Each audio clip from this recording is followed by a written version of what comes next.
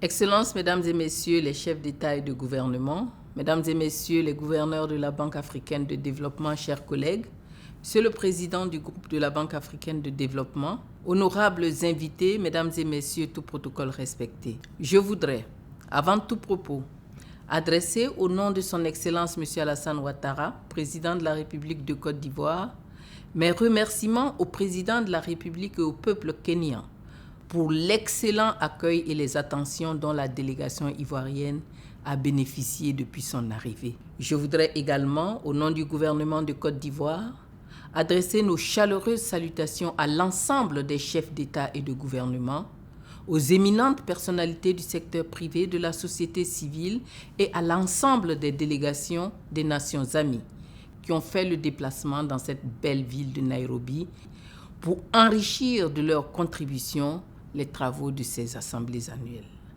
Je voudrais enfin renouveler les remerciements du gouvernement ivoirien à l'endroit du groupe de la Banque africaine de développement, particulièrement à son président, le docteur Akinwumi Adesina, pour l'appui constant de la Banque à la stratégie nationale de développement qui vise à hisser la Côte d'Ivoire au rang de pays à revenus intermédiaires de la tranche supérieure à l'horizon 2030.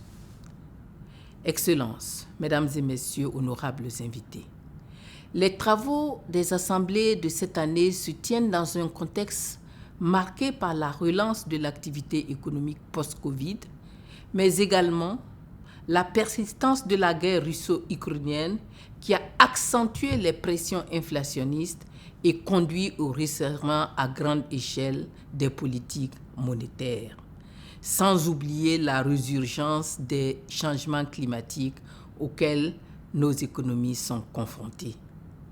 Ainsi, les conditions de financement des économies se sont durcies, rendant difficile l'accès au financement des pays africains.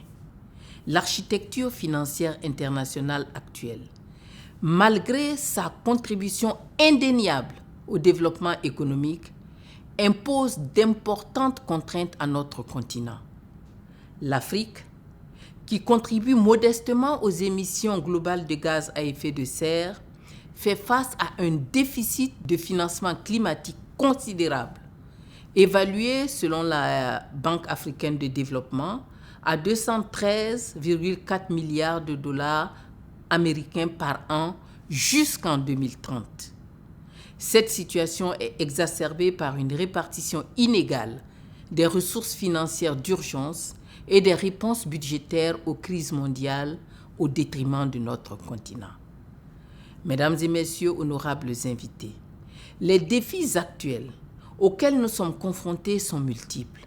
Il s'agit notamment de la restructuration de la dette, du financement de la lutte contre le changement climatique et de la mobilisation de ressources pour accélérer la transformation économique de l'Afrique.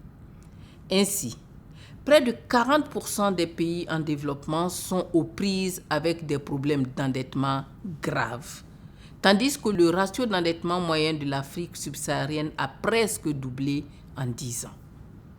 Face à cette situation, une réforme de l'architecture financière mondiale est impérieuse pour la transformation économique des pays africains, mais également pour l'atteinte des objectifs de développement durable à l'horizon 2030. Cette réforme doit viser à réduire les inégalités, renforcer la stabilité monétaire, alléger de manière adéquate la dette et fournir un soutien accru au financement climatique. Pour réaliser une transformation économique inclusive et durable, nous devrons également adopter des modèles de croissance axés sur la diversification économique, le développement du capital humain, la transition écologique et l'inclusion financière. Excellences, Mesdames et Messieurs, honorables invités, à cet égard, l'avenir de la Banque africaine de développement dépendra de sa capacité à s'adapter à ces défis émergents tout en restant fidèle à sa mission première qui est de promouvoir le développement économique et le progrès social en Afrique. La collaboration continue avec les pays membres, les partenaires internationaux et le secteur privé sera essentiel pour maximiser l'impact de notre banque dans les années à venir, notamment à travers le renforcement de l'intégration régionale, la priorisation du développement durable, le renforcement de l'innovation et de la digitalisation, le développement du capital humain, enfin à travers l'accès au financement innovant.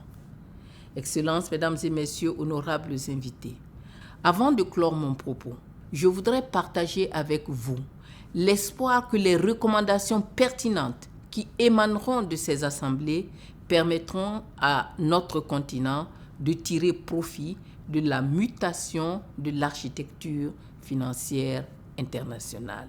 La Côte d'Ivoire, sous le leadership du président de la République, son Excellence M. Alassane Ouattara, reste engagée aux côtés des nations sœurs pour une architecture financière mondiale plus juste et plus équitable. Je vous remercie de votre attention.